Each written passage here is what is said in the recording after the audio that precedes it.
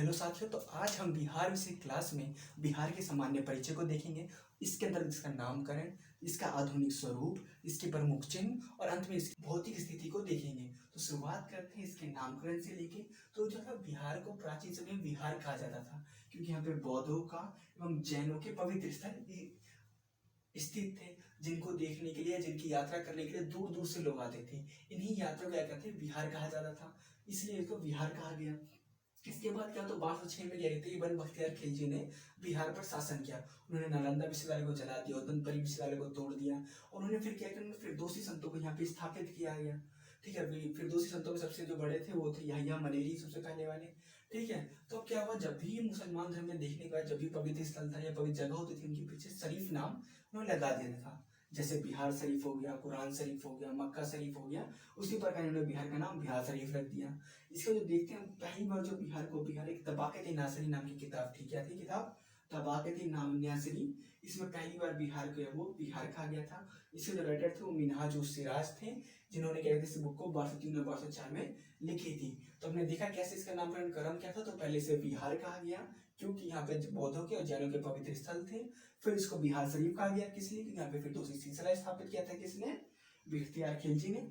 फिर इसको क्या कहते हैं, तबाक़त नासिरी में पहली बार इसको बिहार कहा गया था। तो बात करते हैं अपने नामकरण खत्म होने के बाद, इसके बात करते हैं हम इसकी क्या कहते हैं आधुनिक स्वरूप को, जो आधुनिक आकार है वो कैसे आया। तो बिहार जो था वो काफी बड़ा था, अंग्रेजों टाइम पीरियड में इसके अंदर आज का आधुनिक बांग्लादेश, बंगाल, उड़ीसा और झारखंड सम्मिलित था। एक एक करके क्या हुआ, तो ये राज्य अलग होते हुए बिहार से, और अंत में अपना जो बिहार है आज क्षेत्रफल की दृष्टि से पूरे भारत में 12वें स्थान पर है, ये ऐसा बचा है।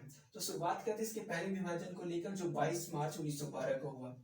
इसमें क्या हुआ, तो बिहार में इसको बंगाल से अलग कर दिया गया। ऐसे क्यों किया गया, तो जो 1764 के युद्ध के बाद अंग्रेजों ने क्या सत्ता स्थापित करी। उन्होंने कलकत्ता में अपनी राजधानी बनाई। कहाँ पर? कलकत्ता में। उसके बाद क्या हुआ, तो कलकत्ता जो उनकी राजधानी बनी, उसके अंदर जो बंगाल भाषी लोग थे वो उच्च पदों पर पहुंच गए, और जो बिहार के पढ़े लिखे लोग थे उनसे नाराज थे। इसलिए उन्होंने क्या किया, एक नए राज्य की मांग करी। ठीक है, वो मांग कब स्वीकार की, तो क्या कहते हैं बिहार को स्थापना दिवस मनाया गया, जिस दिन 22 मार्च 1912 को ये मांग स्वीकार की गई। इस मांग को स्वीकार करने के बाद क्या कहते हैं, बिहार को जो पहला 1 अप्रैल को अपना सचिवालय में पहली बार इंडिपेंडेंट कार्य किया। उसके बाद क्या हुआ, तो उन्होंने अगला जो विभाजन हुआ कब हुआ, 1 अप्रैल 1936 के दिन। इस दिन क्या हुआ, तो बिहार को उड़ीसा से अलग कर दिया गया। जो बिहार और झारखंड थे, बिहार झारखंड उड़ीसा एक ही में थे, उनसे उड़ीसा को अलग कर दिया। अब क्या हुआ, उसमें खाली बिहार झारखंड बता। तो उन्होंने क्या किया, अगला जो विभाजन हुआ कब हुआ, 1 नवंबर 1956 को। 1956 में क्या हुआ, 1 नवंबर 1956 तो राज्य पुनर्गठन आयोग था। क्या था? राज्य पुनर्गठन आयोग। इसने क्या किया, तो बिहार के 3,166 किलोमीटर भूमि थी, उसको बंगाल के देने की बात कही। तो अब जानते थोड़ा इसके कहते हैं राज्य पुनर्गठन आयोग को।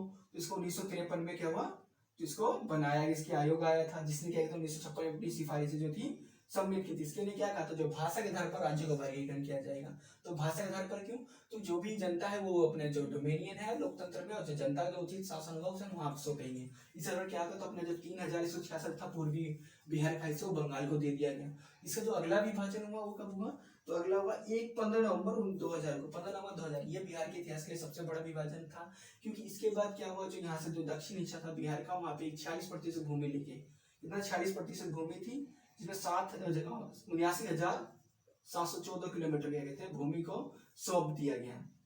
कहाँ पे, तो झारखंड को दे दिया गया। इसमें क्या होता है, जो बिहार के जो प्राकृतिक संसाधन थे वो सारे के सारे चले गए, नाम मात्र कुछ प्राकृतिक संसाधन बचे लगभग। ठीक है, तो ये सबसे बड़ा विभाजन था। जब हमने विभाजन देख लिया, अब देखते क्या कहते हैं इसका राजकीय चिन्ह। तो इसका राजकीय चिन्ह क्या है, तो इस बिहार का जो राजकीय चिन्ह है वो बोधि वृक्ष है, जहाँ पे कहते हैं महात्मा बुद्ध को ज्ञान की प्राप्ति हुई थी। इसकी जो राजकीय भाषा है वो हिंदी और उर्दू है। मतलब क्या है, तो अपने बिहार की 2 राजकीय भाषा, पहली राजकीय भाषा हिंदी और दूसरी राजकीय भाषा उर्दू है। उसका जो राजकीय पशु है बिहार का वो बैल है। बैल क्या है, जो बरद जो खेतों को जोतने में मदद करता है। उसके बाद राजकीय जो पक्षी देखे तो गौरैया है, वो चिड़िया प्यारी सी। इसके बाद राजकीय जो फूल है, इनका राजकीय फूल गेंदा है। और राजकीय जो वृक्ष है पीपल, क्योंकि बिहार में जो पीपल के पेड़ की पूजा की जाती है महिलाएं लोग। उसके बाद क्या कहते हैं, राजकीय जो मछली है वो मांगुर है, जो बिहार और बंगाल में खाने में काफी ज्यादा उपयोग में लाई जाती है। तो अब इसका हमने क्या कहते हैं, इतनी बातें देख ली। क्या क्या देखा हमने इसमें, इसका नामकरण देख लिया, इसका स्वरूप देख लिया, आधुनिक स्वरूप, इसके राजकीय चिन्ह देख लिया। अब इसके हम भौतिक स्थिति को देखेंगे। तो बोर्ड साफ करने के बाद इसकी हम भौतिक स्थिति को देखते हैं। तो ये जो अपने प्यार से भारत में क्या है, तो भारत में ये उत्तर पूर्व में स्थित है। कहाँ पे, तो उत्तर पूर्व में ये स्थित है, इसे आप ठीक कर लीजिएगा। उत्तर भारत लिखा, उत्तर पूर्व भारत में स्थित है, ठीक है, उत्तर पूर्व भारत में स्थित है। जो है क्या पूरे जो इसका जो अक्षांशीय विस्तार है, अक्षांशीय बता देता हूँ। जैसे जो ये वाला रेखा हो गई, ये वाली रेखा हो गई, ये अक्षांशीय विस्तार हो गया, और जो ये वाली रेखा हो गई वाला आपका देशांतरीय विस्तार हो गया। अक्षांशीय विस्तार है वो इसका 24-20-10 से लेकर 27-31-15 है, और देशांतरीय विस्तार 83-19-50 से लेकर 88-17-40 है, ठीक है। आप इसका अक्षांशीय और देशांतरीय विस्तार देख लीजिए। इसका जो इसका कुल जो क्षेत्रफल है वो 9,94,163 किलोमीटर है, जो पूरे देश का 2.86% है। और जिसकी टोटल जनसंख्या वो कितना है, तो 8.60% लगता है, जो कुल 10,40,99,452 है, जो कि अगर 2011 की जनगणना के अनुसार है, ठीक है। जो इसका क्या समुद्र तल से जो दूरी है वो 200 किलोमीटर है, कितनी 200 किलोमीटर है, और जिसकी समुद्र तल से ऊंचाई वो 53 मीटर 173 फुट है, ठीक है। जो अपने क्या कहते हैं, जो इसको जो राज्य सीमा करता है, राज्य अपना क्षेत्र सीमा करता है वो चार में, उत्तर से नेपाल से, पूर्व में कहते हैं पश्चिम बंगाल से, दक्षिण में झारखंड से, और पश्चिम में उत्तर प्रदेश से सीमा साझा करते हैं, ठीक है।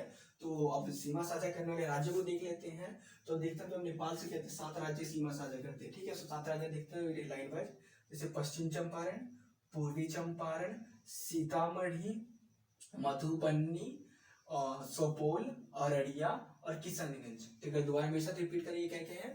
तो इसमें क्या कहते हैं, पश्चिम चंपारण, पूर्वी चंपारण, सीतामढ़ी, मधुबनी, सुपौल, अररिया और किशनगंज। इसके बाद देखते हैं जो पूर्वी, जो क्या कहते हैं पूर्व में पश्चिम बंगाल सीमा साझा करते हैं, उन राज्यों को देखते हैं। तो मैं क्या कहता सबसे पहले अपना किशनगंज, पूर्णिया और क्या कहते हैं कटिहार। कौन कौन से, किशनगंज, पूर्णिया और कटिहार जो है क्या कहते हैं पश्चिम बंगाल से साझा करते हैं। दक्षिण में जो झारखंड राज्य सीमा साझा करते हैं उसको हम देखते हैं लाइन बाय। तो इसमें सबसे पहले क्या कहते हैं रोहतास, कैमूर, आपको याद रखना है कैमूर क्या कहते हैं झारखंड राज्य से सीमा साझा नहीं करता। आपको पेपर में बार बार कंफ्यूज करने के लिए यहाँ पर आपको कैमूर ऑप्शन में दे दिया जाता है। तो इसको देखना पहले, सबसे पहले आपको रोहतास, औरंगाबाद, गया, नवादा, जमुई, बांका, भागलपुर और कटिहार। तो दोबारा देखेंगे क्या कहता, तो रोहतास, औरंगाबाद, गया, नवादा, जमुई, बांका, भागलपुर और कटिहार। अपने देख लें यहाँ पे कौन कौन से राज्य जो झारखंड सीमा साझा करते हैं। इसका जो देखते हैं हम कितने राज्य जो हैं, तो हमने देखा दक्षिण बिहार में कितने 8 हैं, ऐसे 3 राज्य सीमा साझा करते हैं। और यूपी से जो फिर यूपी से अपने 8 राज्य जो है 8 जिले जो है सीमा साझा करेंगे। 8 जिले कौन कौन से, तो ऊपर से लिखते हैं, जैसे यहाँ पे पश्चिम चंपारण हो गया, यहाँ पे अपना गोपालगंज हो गया, यहाँ पे सिवान हो गया, यहाँ सारण हो गया, यहाँ पे भोजपुर हो गया, यहाँ पे बक्सर हो गया, यहाँ कैमूर हो गया। और सबसे इम्पोर्टेंट यहाँ पे रोहतास भी सीमा साझा करते हैं। लोगों को लगता नहीं करता, पर वो भी सीमा साझा करता है। तो एक बार दोबारा देखते हैं कौन कौन से यहाँ पे।